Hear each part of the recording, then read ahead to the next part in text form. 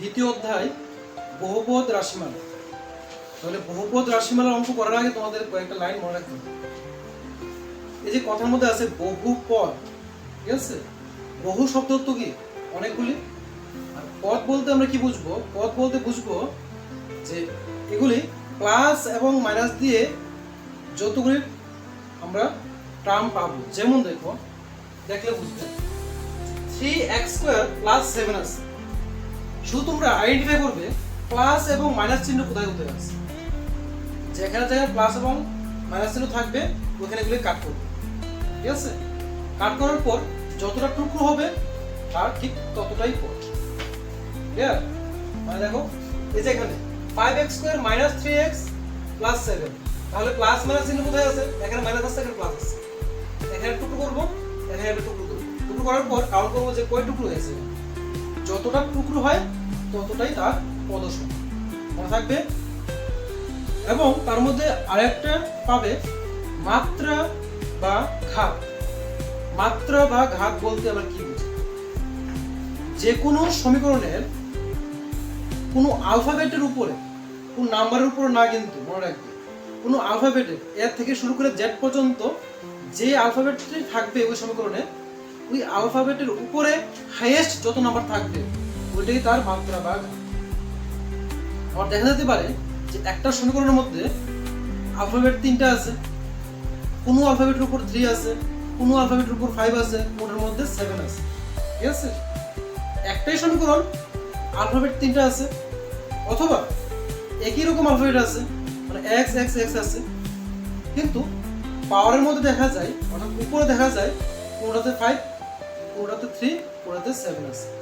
তাহলে আমরা কোনটাকে মাত্রা বলে আমরা নির্বাচন করব, তাই না? একটা সমীকরণের যতগুলি মাত্রা রয়েছে, অর্থাৎ উপরে পাওয়ার রয়েছে, সবচেয়ে হাইয়েস্ট যেটা ওটাই তার মাত্রা বা ঘাত। মনে থাকবে সমীকরণ একটা হবে, এই সমীকরণের হাইয়েস্ট যে পাওয়ারটা আছে সেটাই তার মাত্রা বা ঘাত। মনে থাকবে তো? পদ বুঝলাম আমরা, ঘাত বুঝলাম। এখন আসতে পারে চলরাশি। কোনটা? কত চলরাশি। চলরাশি শব্দের অর্থ হলো যে কোনো সমীকরণের মধ্যে কত রকমের আলফাবেট আছে। যেমন 5x² - 2x + 10, এই যে সমীকরণটা বললাম, এখানে আলফাবেট আমি কি উল্লেখ করেছি? শুধু আলফাবেট কি ছিল?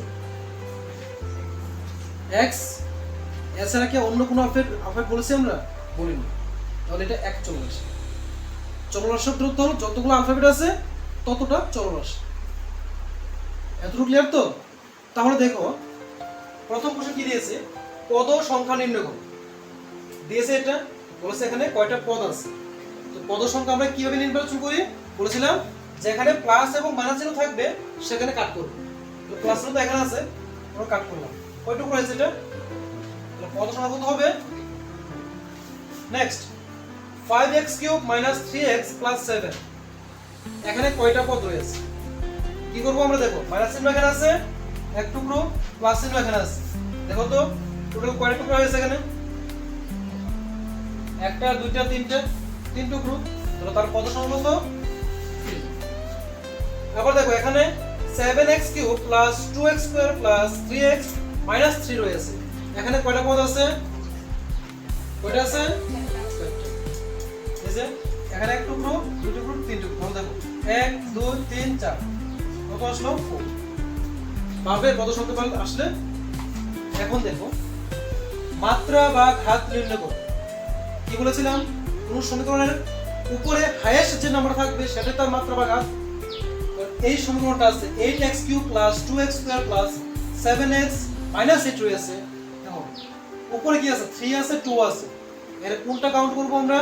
হাইয়েস্ট যেটা। তাহলে তার মাত্রা কত হবে? 3। মাত্রা আর ঘাত কিন্তু একই কথা মনে রাখবে। 9x² - 7, মাত্রা বা ঘাত কত এখানে? 2। এখন দেখো 5 রয়েছে, এখানে মাত্রা কিছু আছে না? 1 ও হবে না। কি বলেছিলাম? মাত্রা বা ঘাত কার হয়? আলফাবেটের হয়। এখানে কোনো আলফাবেট আছে কিছু নেই, তার মানে সে কি হবে? 0। বা ঘাত হবে 0। যদি এমন হতো সাপোজ 3x প্লাস 1 এটা রয়েছে দেখো, যদি এমন হতো 3x প্লাস 1, তখন দেখো আলফাবেট কোনটা x, তার পাওয়ারে কিছু আছে কি, কিছু নেই, মানে কত আছে 1, তখন তার মাত্রা বা ঘাত হতো কি 1। প্রত্যেকের এই কনসেপ্টটা ক্লিয়ার কিনা বলো প্রত্যেকে? চলো, পদ সংখ্যা এবং মাত্রা এবং ঘাত নিয়ে কোনো ডাউট আছে কারোর? এই তো মাত্রা কার হয়, আলফাবেটের হয়, যদি আলফাবেট না থাকে সেটা কি হয়, শূন্য হয়, ঠিক আছে? আর এটাকেই আরেকটা ভাষায় বলা হয় অশূন্য ধ্রুবক পদ বা অশূন্য ধ্রুবক রাশি। কি বলা হয়? অশূন্য ধ্রুবক রাশি। অশূন্য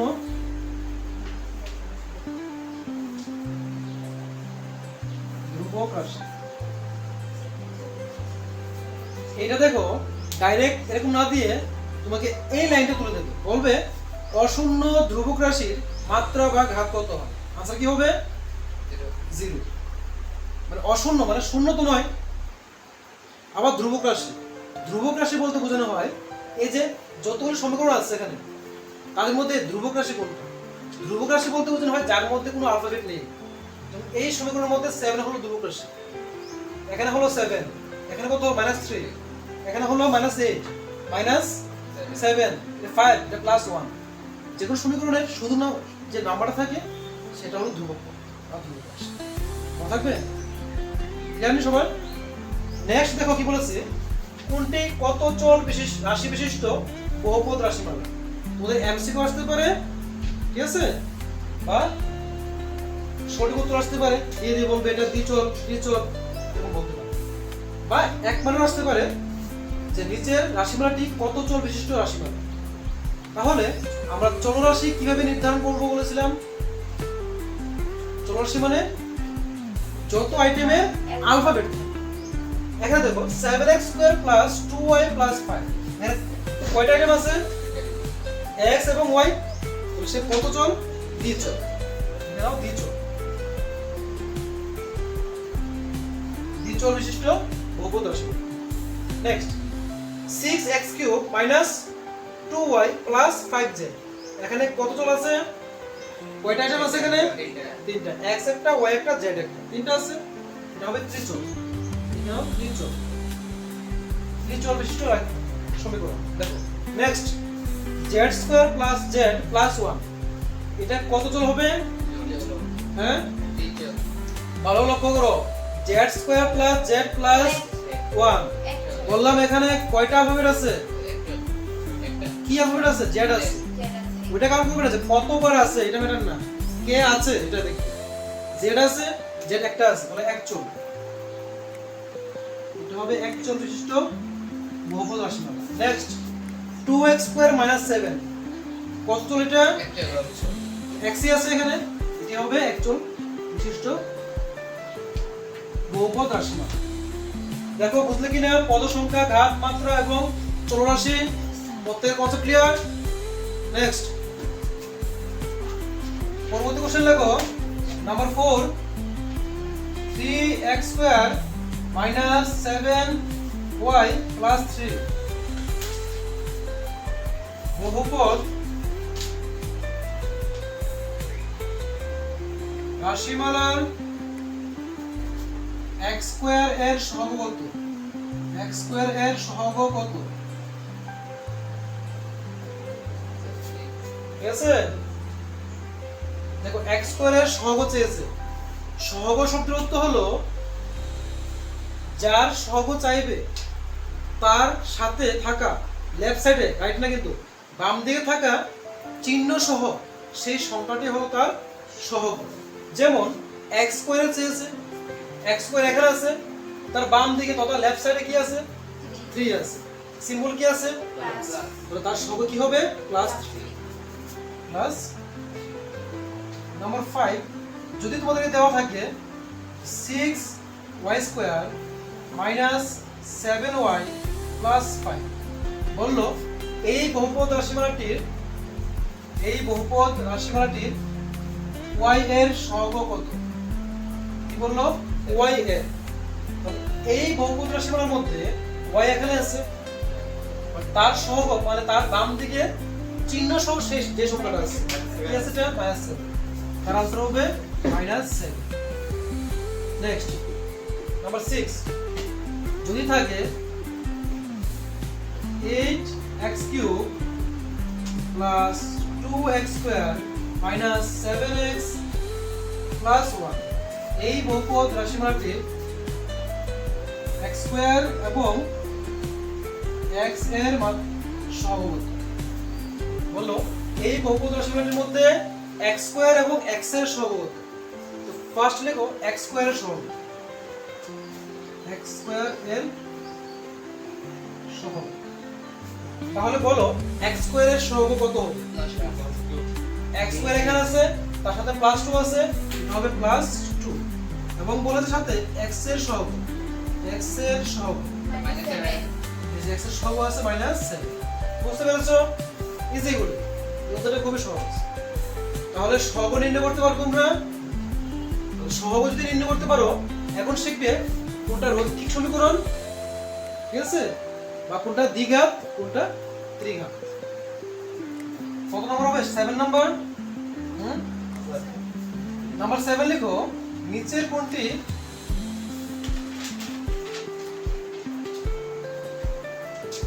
রৈখিক কমা দ্বিঘাত কমা ত্রিঘাত বহুপদ রাশিমালা বহুপদ রাশিমালা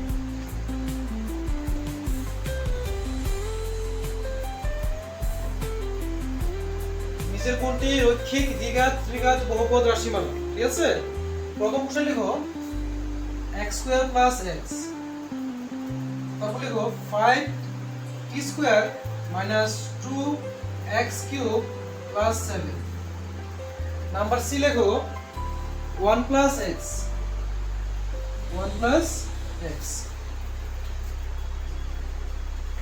নাম্বার ডি লেখো 3t number E 6x² - 6x + 8 দেখো বলেছে নিচের কোনটি রৈখিক কোনটি দ্বিঘাত কোনটি ত্রিঘাত বহুপদ রাশিমালা ঘাত বলতে চিনি আমরা ঘাত ঘাত কোথায় থাকে পাওয়ারে থাকে আর ঘাত আমরা কোনটা নির্ধারণ করি সবচেয়ে বেশি যেটা থাকে এটা তাহলে এই সমীকরণের মধ্যে ঘাত কত আছে 2 ঘাত 2 থাকলে হয় দ্বিঘাত ঘাত 3 থাকলে হয় ত্রিঘাত ঘাত কিছু নেই মানে রৈখিক কিছু নেই মানে 1 আছে ঠিক আছে তাহলে এটা কত ঘাত বিশিষ্ট বহুপদ রাশিমালা দ্বিঘাত লিখে নাও দ্বিঘাত এখানে দেখো 5t² - 2x³ + 7 এটা কত ঘাত হবে দ্বিঘাত না ত্রিঘাত ত্রিঘাত কারণ সবচেয়ে বেশি কত আছে 3 পাওয়ার এটা হবে ত্রিঘাত ত্রিঘাত তারপর নাম্বার সি দেখো কি আছে 1 + x x এর পাওয়ারে কিছু আছে কি নেই মানে কি হবে এটা রৈখিক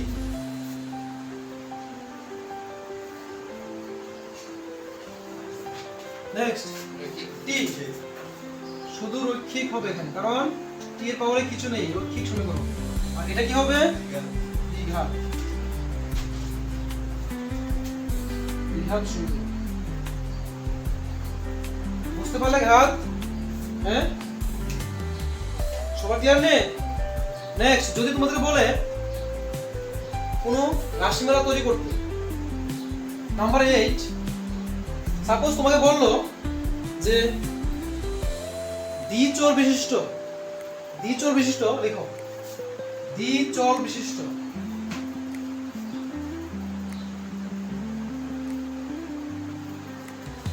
একটি ত্রিঘাত বহুপদ রাশিমালা নির্ণয় করো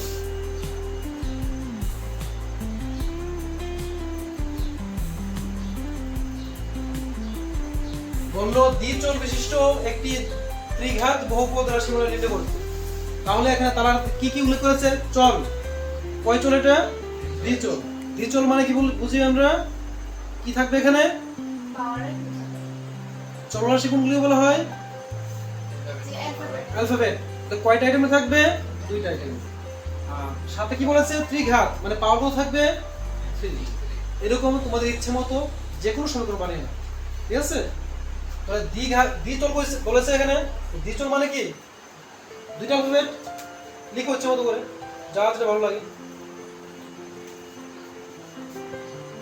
লিখলাম আমি x লিখলাম একটা, প্লাস y লিখলাম একটা, হলো তো? দ্বিচল হলো। ঘাত কি বলেছে? 3 না? তো ঘাতে 3 দিয়ে দিলাম। আবার এটার মধ্যে তুমি যদি 2 দাও তাও তো আপত্তি নেই। ঘাত তো আমরা কাউন্ট করবো সবচেয়ে বড়টা। সাথে যদি নাম্বার দাও, নাম্বার দিয়ে দিতে পারো, তাও কোনো আপত্তি নেই। যে যা লিখো তাই সঠিক। বা কেউ এমন লিখলে যে 100x³ - 2x, এটা কি হবে? কারণ কি বলতো? ঘাত তো 3 দিয়েছি, এটা কি এই কোশ্চেনের আনসার হবে কি? কোন জায়গায় ভুল আছে বলতো? চলরাশির মধ্যে ঘাত 3 দিয়েছি, চলরাশি কি হবে? একটা x দিয়েছি, একটা কি হবে? কনসেপ্ট ক্লিয়ার নেই?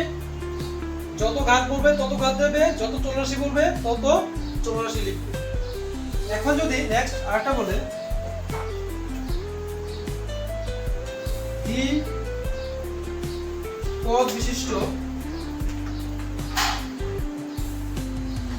বিশিষ্ট একটি 36 ঘাত বিশিষ্ট বহুপদ রাশিমালা নির্ণয় করো। বহুপদ রাশিমালা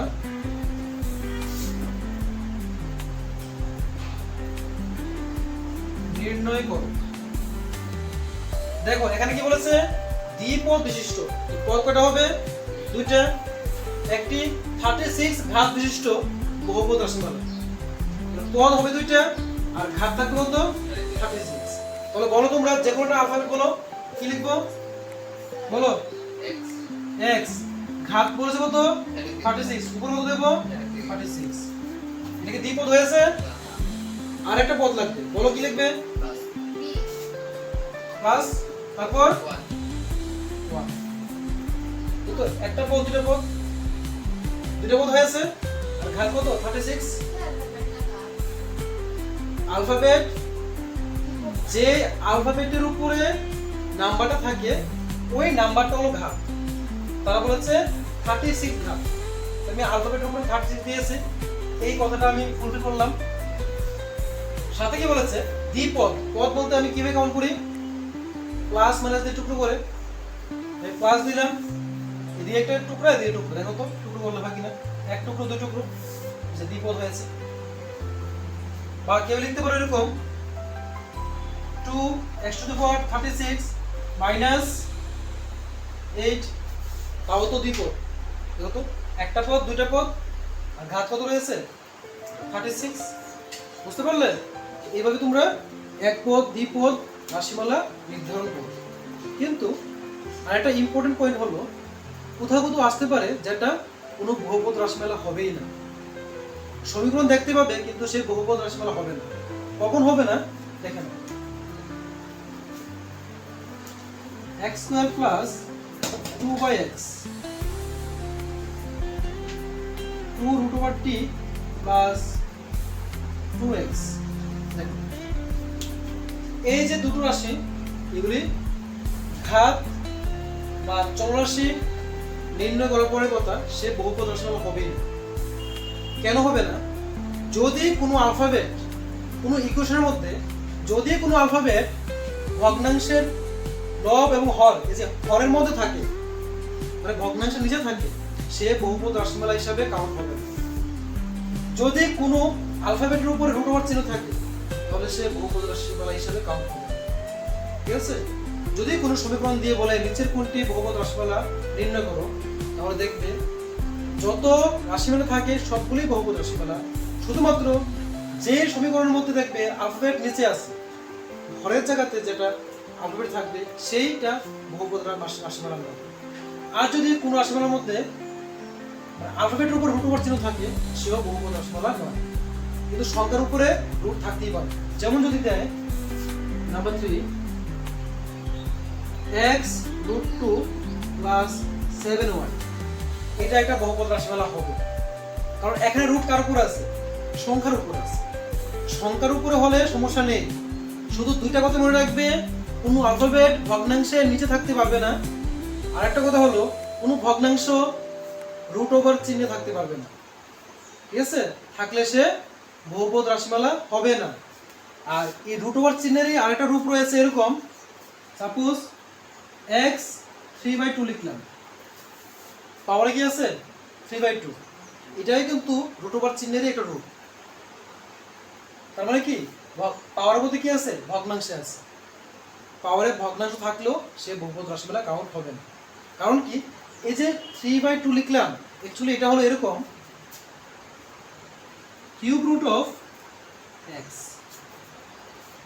এই কিউব রুট অফ x যেটা আছে এটাকে আমরা এইভাবে লিখি, ঠিক আছে? তবে মনে থাকবে কোনটা বহুপদ রাশিমালা নয়।